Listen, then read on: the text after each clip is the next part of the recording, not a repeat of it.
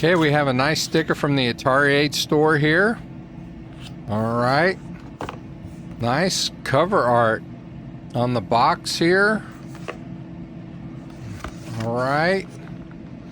Watch out for the next mountain. 1 or 2 players. Okay. Let's get in the box here. Man, I always have a tough time getting in these boxes sometimes.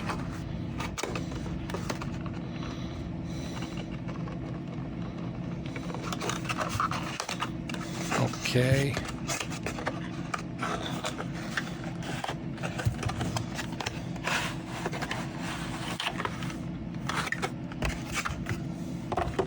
There we go. Set that aside.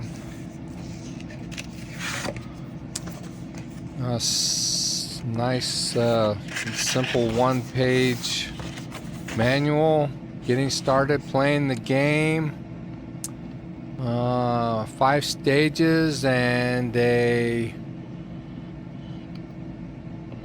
base stage. Okay. Bringing life to your 7800 Pro system. Okay. Beautiful box. Very nicely done.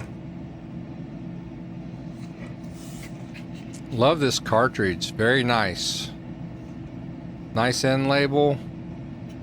Okay. Well,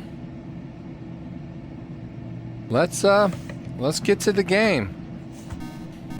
Scramble was released by Konami in 1981 and was the first side-scrolling shooter with different district levels.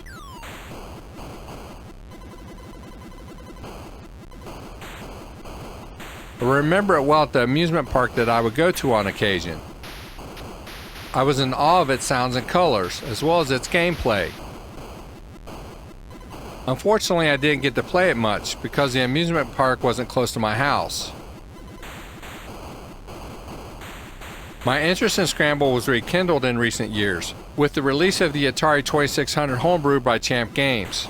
It's an excellent port of the game, although the graphics and sound could never be quite as good as the original.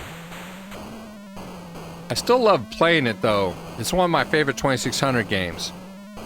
So when I found out that there was an Atari 7800 Homebrew version, I had to get it. And man, this version is amazing.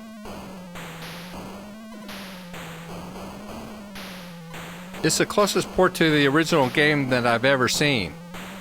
The sounds, colors, and the gameplay are on par. The game consists of 5 stages and a base, or a final stage.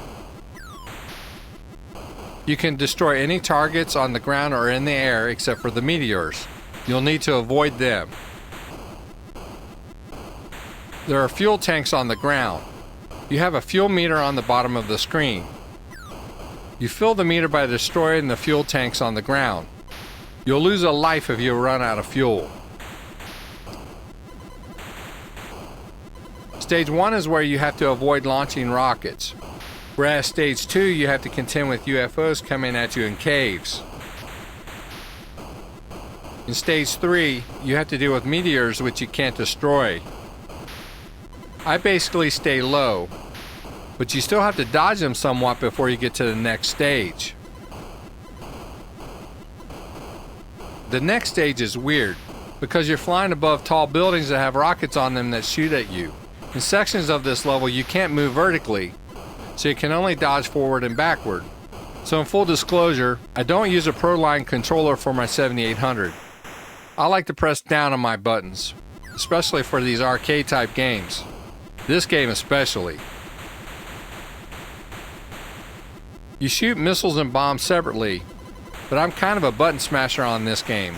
It kind of works well for me up to this point in the game. Now this next stage of the game is kind of a tricky stage. For the purposes of this review, I was unable to get past this level, sorry. But there are winding mazes of buildings. The key to go through the maze is to approach the entrance of the section at full speed. Then as you clear the lip of the edge of the section to go up or down, you want to pull back, or in other words, slow down. Then either go up or down in the direction that you need to go, in order to clear the next section of the tunnel, the maze.